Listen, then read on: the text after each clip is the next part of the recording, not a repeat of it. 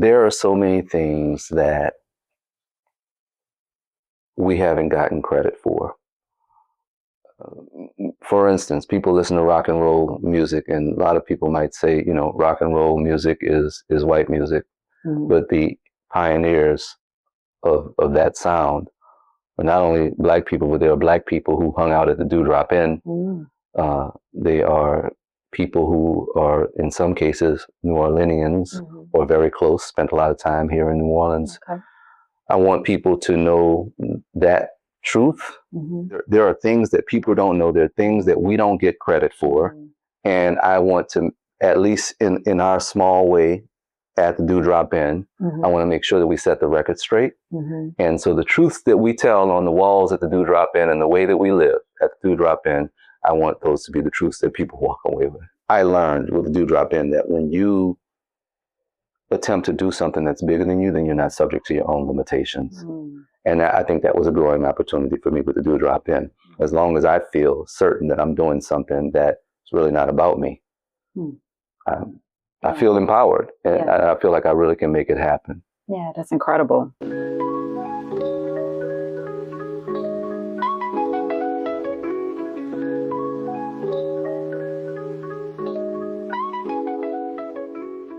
Welcome to At Home with Melissa, where we have intimate conversations with entrepreneurs. And today I have the honor of sitting down with Curtis Doucette Jr.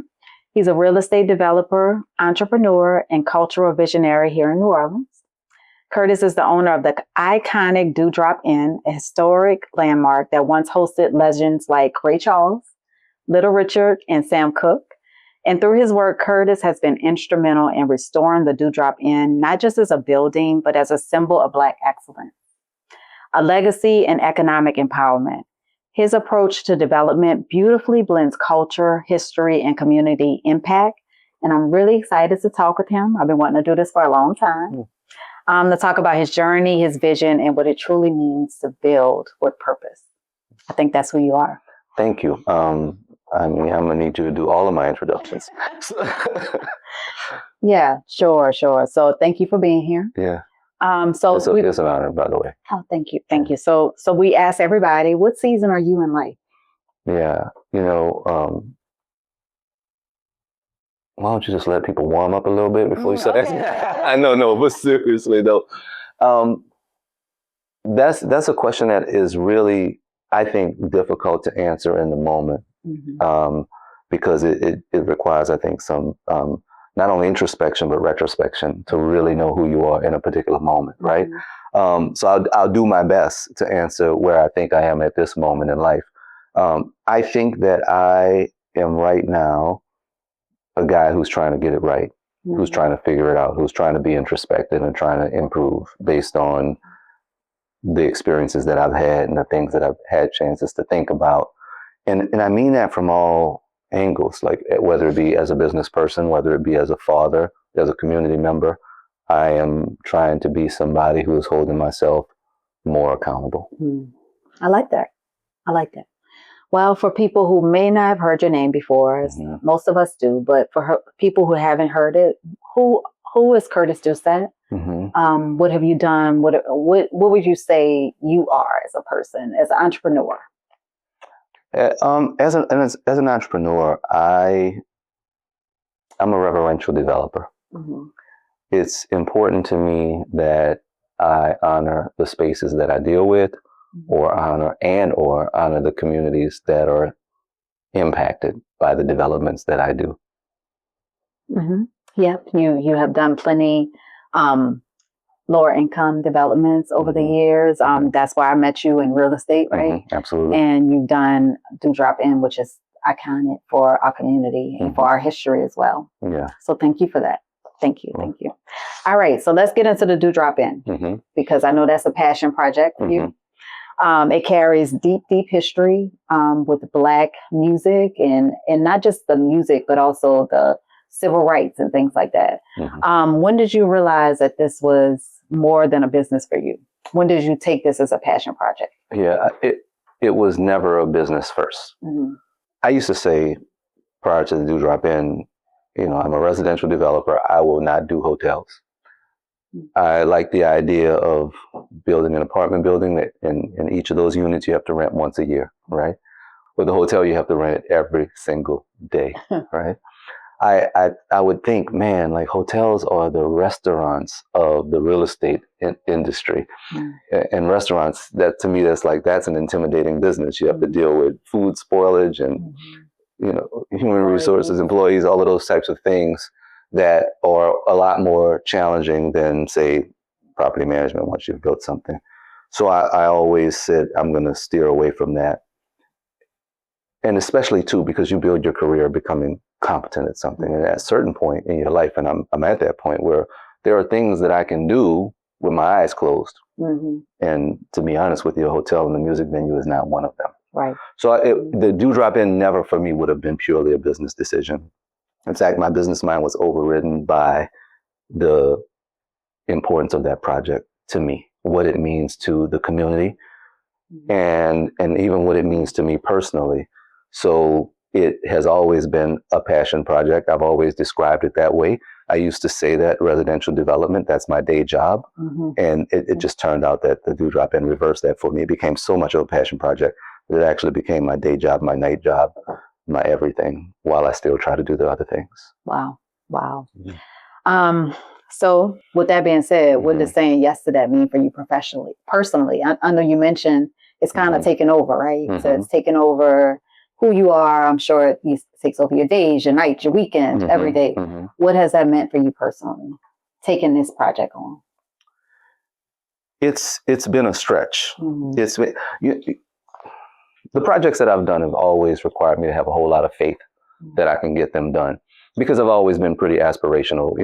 Even when I was doing duplexes, that was aspirational in that moment, right? And then you get to a point where you say you don't want to do these multi-million-dollar projects. That is aspirational. To be honest with you, a guy like me has no business doing something like that, because I don't have the mentors that you need to do something like that. I didn't have the resources to do the things that you need like that. I didn't have the backing that you need to do things like that. So having that faith that I could do this thing that seems like it should be impossible has always been a part of what I do. But the Dewdrop Inn was an additional stretch, right? On the one hand, it was like, well, I have to raise money. And I mean, figure out financing from banks and institutions, that part, that's my strong suit, pretty good at that. But having the network to go in and raise friends and family capital has never been my strong suit in the business. I would be honest and say that my business partners have had the networks that were required to make that happen, more so than I did. With the Dewdrop Inn, I had to also develop that. But I also was thinking, well, first of all, I went into the project thinking I'm not going to need to raise that much equity. Things change as projects go along. Next thing you know, I need $1 million, right? So I had to figure that out. I had to figure out how to raise it. That was a stretch. And then it was one of those things that really, I don't know, it's taught me to believe even a little bit more, because there's challenges, there's daily challenges that are brand new to this project, things that I haven't experienced before. So it's taught me to believe in the things that I say that I would achieve. And here it is. It's like, I learned with the Dewdrop Inn that when you attempt to do something that's bigger than you, then you're not subject to your own limitations. And I think that was a growing opportunity for me with the Dewdrop Inn. As long as I feel certain that I'm doing something that's really not about me, I feel empowered, and I feel like I really can make it happen. Yeah, that's incredible. That is incredible. What's something that surprised you the most about the process? And you may have touched on it a little bit, just raising the money and needing more money, capital than you thought you may have. Yeah, and that never stops. I mean, there's so many things that surprised me because it was a brand new business endeavor.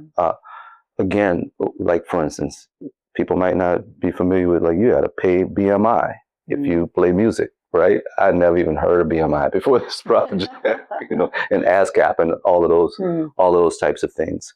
But the other thing is, I used to say, before I finished the Dewdrop Inn, I was like, I'll be going to Dewdrop for drinks. My job is to develop it and move on, because that's what I've been doing with projects, right? Like even if there's a project management, a property management aspect to the project, I am still pretty much putting that in place and other people are doing it day to day. Right. I'm doing something wrong if I'm stuck doing that day to day because I'm a developer first. My job is to go on to the next project. And I thought of the D-Drop very much that way. I thought of myself as bringing prospective investors on the next project. Come see what we've done over here. This is the kind of projects that we do. And I'm pretty hands off on a day to day. Well, that has not happened. And what it's done, though, is forced me to grow in ways that, frankly, I didn't know that I needed. And I was very resistant to. I've had people saying, you know, in order for the Dewdrop to be what you really want it to be, you have to be the one to make it that. And I'm like, but there's all these other people who have experience. They can make these things happen. But nobody else can execute your vision the way that you can. And what I learned, and I'm still learning, I haven't become great at yet, is that I have to learn how to operationalize a vision. You take it from the thing that you see in your head and create systems and get buy-in from the people who make it happen every day, that every touch that a customer has with your organization feels like something that is communicating the vision. I'm still trying to figure that out. You're going to figure it out. Yeah. So how do you balance honoring the past while building the future? You know, the Dewdrop Inn has a rich history of music. You know, I've talked to you about music, and you study music, right? I mean, not officially. Not officially, but we've had conversations about like music and work down the lyrics. I'm like, wait, I've never even thought about that song that way. So how do you honor the past of music at the Dewdrop Inn while also building the future of what music and what the industry looks like now? Yeah, well, let me say first, I want to take the idea of the Dewdrop Inn beyond music, because there are certain things that I wanted to honor that had nothing to do with music. We always get credit, different types of credit though. We get credit like, oh, we are creative, we are great entertainers, right? Money credit is a whole different story, but we don't a lot of times get our credit as thinkers and as business people. And there are aspects of that project, like the man who originally put this business together, Frank Panier, who founded the business in 1939, he was a hell of a businessman as well, right? There's civil rights history attached to this place with people like A.P. Tudor and Dutch Morial. Those are thinkers. Those are civil rights leaders. Those are pioneering attorneys, right? That have, and politicians that have impacted the history of our city, and they have a great role at the Dewdrop Inn. So that is something that also needs to be a part of who we are. So to go back to your question, though, I don't feel like there's a balancing act between the two. The important element is that we are living in the spirit of what we always have been. And so once we're doing that properly, we will always honor the past, but knowing that the musicians who come in today, they are standing on the shoulder. So many of the musicians who touch the stage, they're like, I am so honored to be on the same stage that Little Richard was on, the same stage that James Brown was on, right? And then I believe that we get something special out of them.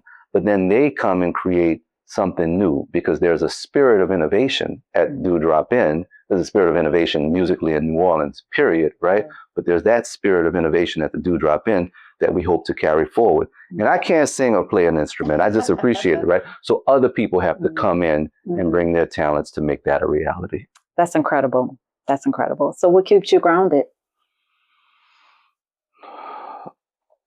I think the difficulty of it all. I mean, you know, we're also like, I'm old enough now to be paying attention to myself and to notice the mistakes that I'm making. I'm talking interpersonal relationships and things like that. I mean, I know I'm not perfect. There are reactions that I might have in moments that make me say, you know, you really got to go revisit that situation and make that right. And so knowing that I am prone to those types of mistakes, that keeps me grounded. The other thing, though, from a business standpoint, what keeps me grounded is there's nothing to celebrate yet. I mean, I don't want to take away from what we've achieved, right? But in terms of like the financial success of the business, I always say, you know, you don't spike the football on a first down, right? And we got a lot of first downs to make before it's time to really celebrate. And there's no room for me to get the big hit. I realize how fragile it is. And that could even be humbling. Let me use that word, right? That could be humbling because things could also not work out. And when I attempted this project, one of the things that I was inspired by was hearing Warren Buffett say, if you attempt a thing, you should attempt things that you have the possibility of failing at, because otherwise, why do it? And it's interesting how you get comfort from the idea of failure. But it's like, if failure is not a possibility, then are you striving for something big enough, right? So I stay grounded because I have definitely attempted something that I could fail at. Yeah. And it's going to succeed. It will. It's going to. It will, yeah. So we'll talk on real estate just a little bit. What do you think about real estate as a tool for community building? That's something you've done. Well, I can answer that in multiple ways. The Do Drop In is also a real estate development project, right? And so when you think about the community building aspect of Do Drop In, I mean, you have a neighborhood, Central City, that needed a spot like that, but also a city that needed a spot like that, something that is Black owned, something where people can come and be themselves. And you see that, for instance, if you go to a jam session, you see people really enjoying one another, enjoying themselves in a room, people getting the chance to express their talents, step on a world-class stage with a world-class sound system. Whether you've been in a place like that or not, you get to practice, who it is that you want to become. I'm very honored to say that this is our second Super Sunday coming up, and this will be the second time that we're having the Mardi Gras Indian Council buy out the Do Drop In and also program the Do Drop In. That is a contribution to the community as well. I mean, I feel honored that they are spending that time and that money with us, but I'm also very happy to be able to contribute to that. But then when you think about the residential projects, we have a city that struggles to we struggle with affordability in this city, right? People don't have quality places to live often that they can afford. And so that is also a part of my mission, part of my job, is to make sure that people have a place where they can stay and continue to contribute to the community, because a lot of times the biggest contributors to our communities are the people with the least resources. And so, what is the city of New Orleans without culture bearers? And many of the culture bearers, not every culture bearer is a multi-Grammy winning millionaire. In some cases, it's just the opposite. Right. And so we have to make sure that folks like that have a place where they can live. Absolutely. Absolutely. So how do you define success beyond profit? Not money, but how do you define success? Yeah, I mean, first of all, let's not knock profit, because there's an economic saying that we don't have meat because of the benevolence of the butcher, right? And there's so many things that we wouldn't have if people didn't see an opportunity for them to have some economic success, financial success. But beyond that, and that is not my biggest driver. Again, because if financial gain was my biggest driver, I probably would just be doing the things that are really easy for me. They make more money and nobody would know who I am. And, and life would be quite comfortable in that situation. But for me, success is making a contribution to my community, having, again, reverential development, things that people can, be proud of, the people who take part in it, they can be proud of it.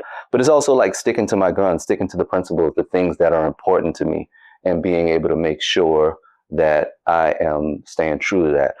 As an example, when we built Bon V, I said, this project, if it is full and there are no Black people living in this building in Bywater, I will not think of it as a success, because we were already having that problem. Like when I grew up in that neighborhood, that was a Black neighborhood. And now that neighborhood has improved drastically, it's such a wonderful, beautiful place to be.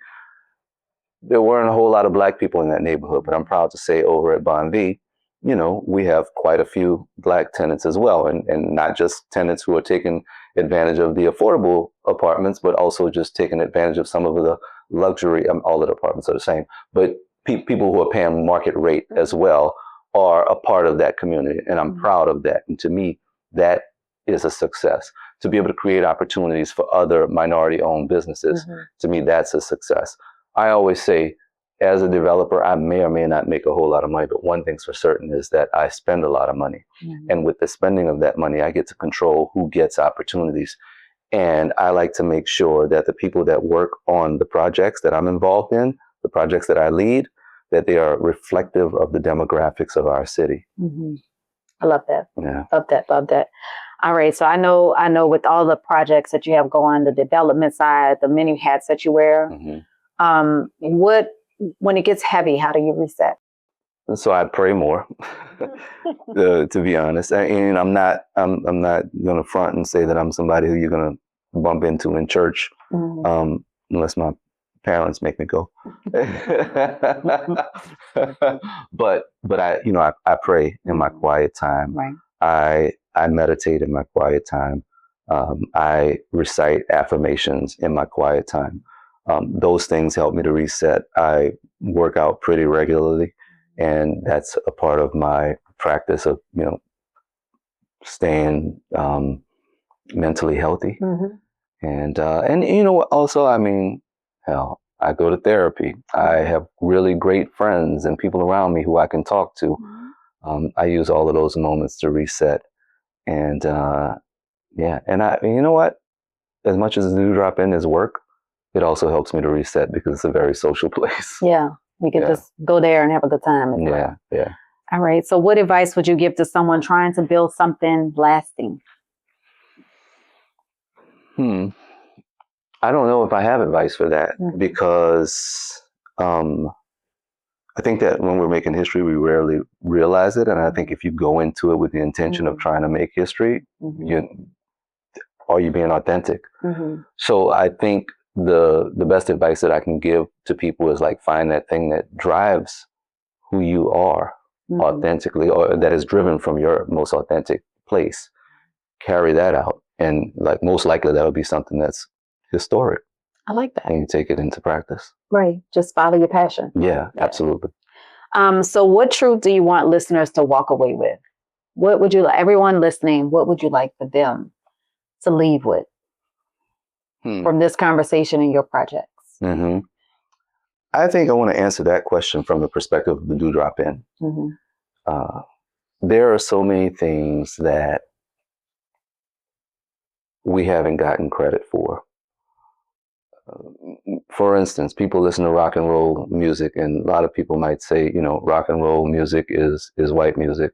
But the pioneers of that sound are not only Black people, but they are Black people who hung out at the Dewdrop Inn.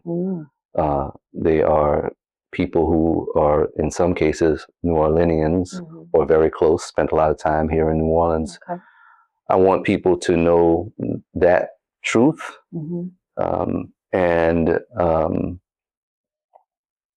Such a tough question, to be honest with you, in some ways. I think that's pretty powerful, that just know your history. Yeah. And know that, that we have our community has a lot of rich history. It's important. And that's a big part of why I take this on, right? Because I think that there are things that people don't know. There are things that we don't get credit for. And I want to, at least in our small way, at the Dewdrop Inn, I want to make sure that we set the record straight. And so the truths that we tell on the walls at the Dewdrop Inn and the way that we live at the Dewdrop Inn, I want those to be the truths that people walk away with. I love that. And I just want to say something, what I would like for people to walk away with is supporting our own, supporting our community. So businesses like the Dewdrop Inn, supporting that, and being there and sharing it with your friends and family. Absolutely. I appreciate that. Support. Yeah. That's what I want to say. Yeah. All right. So we got this thing that we do. It's called At Home Rapid Fire. Okay. We have to play. You have to pick a category between 1 and 5, right? Okay. And choose that number. And then we're going to ask you a few rapid fire questions that you just like right off the top of your head. You come up with. All right. So choose a number between 1 and 5. You look really scared. I am. You read me well. Yes. Let's go with 5. All right. So where do you see yourself in 5 years? Just quickly. Hopefully on vacation somewhere and a lot more relaxed. Okay, that's great. What legacy do you want to leave? I want to leave a legacy of ownership, and as someone who pioneered, well, not pioneered because there's so many people before me, but somebody who really took that seriously. And yeah, I would like to inspire people to continue to take ownership of things because that's real power and real freedom. Love it. Love it. Love it. All right. So what would you tell your younger self? Oh, I would tell my younger self that I am proud of you.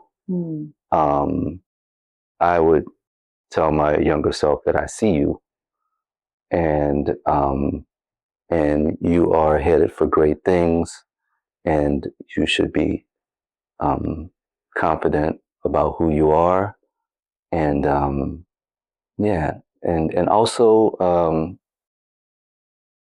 be open to receiving love. Amazing. Amazing. All right. So one more. What are you building that people don't see yet? If you want to share. I'm gonna stick with the same project. Okay. Because the Dewdrop Inn, and I mean, I'm of course, if we were to answer that literally, there's projects underway in pre-development, but that's not the real question, right? I think what I am building that people don't see yet is something I mentioned earlier in our talk, is how to operationalize a vision. And I haven't quite figured out how to do that. I mean, granted, we are doing it on a certain level right now, but there's a level at which I want to achieve that. And people don't see the roots that are being planted to make that happen. Okay.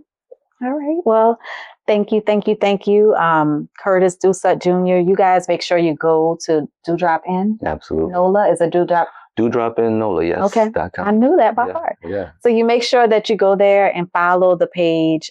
There's always events during the week, on the weekends that you can go and just get some amazing music. Great food too. Yeah. And let's not forget that we are a hotel.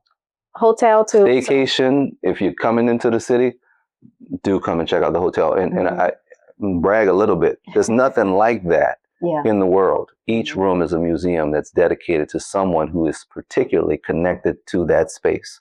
Little Richard, Ray Charles, folks like that, AP Turo, Dutch Morial. You're going to learn something, but the aesthetic is also just nice. Yeah, and they have a great pool, the whole nine. So make sure that you go and follow. Support, make sure you support us. And thank you so much for sitting here. I mean, I walk away learning something.